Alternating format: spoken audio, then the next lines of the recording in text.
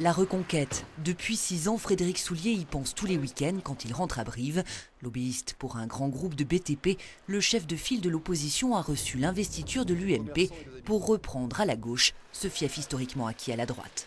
En disponibilité depuis 2 mois, il mène donc une vigoureuse campagne de terrain, pied à pied, porte à porte, dans chaque quartier de Brive. 33 ans de travail, travail pénible, tout. J'ai touché 743 euros. Voilà.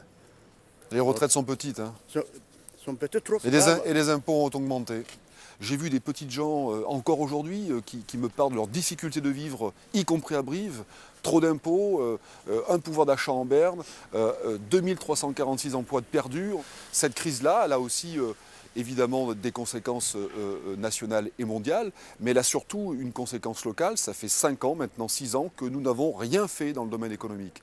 Trop de dettes, trop d'impôts, un credo que lui dispute Bernard Murat, son mentor d'hier, devenu le caillou dans sa chaussure. Battu en 2008, l'ancien maire de Brive a déjoué tous les pronostics en parvenant à constituer une liste d'hiver droite. À 68 ans, le vieux briscard bat donc sa 4e campagne municipale avec l'assurance de ceux qui n'ont rien à perdre. Le soir du 2e tour, on viendra casser la croûte chez toi.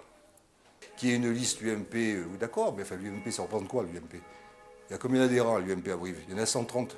Là encore une fois, je tiens à repréciser que je n'ai absolument jamais eu aucune...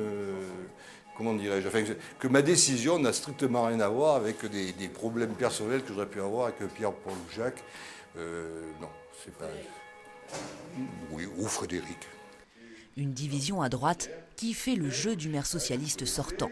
Élu en 2008 grâce à une alliance du PC au Modem, en passant même par quelques gaullistes, Philippe Noche a su agréger cette majorité composite pour mener plusieurs chantiers, le théâtre et une programmation culturelle ambitieuse, des terrains familiaux pour les gens du voyage, l'ébauche d'un centre-ville piétonnier.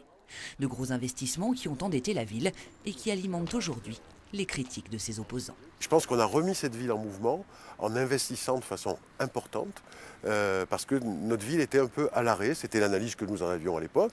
Et bien sûr, cela s'est fait en faisant un peu d'endettement qui nous amène aujourd'hui à la moyenne des villes de notre strate, parce que nous étions très en dessous à la suite du mandat de Bernard Murat.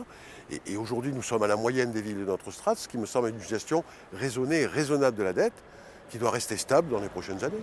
Ces grands projets d'aménagement, la caserne brune, Brive-la-Roche et pour les porter, une nouvelle liste d'union PS, PC, Modem, mais cette fois sans le parti de gauche qui a rejoint Europe Écologie Les Verts, emmené par Daniel Frechefont.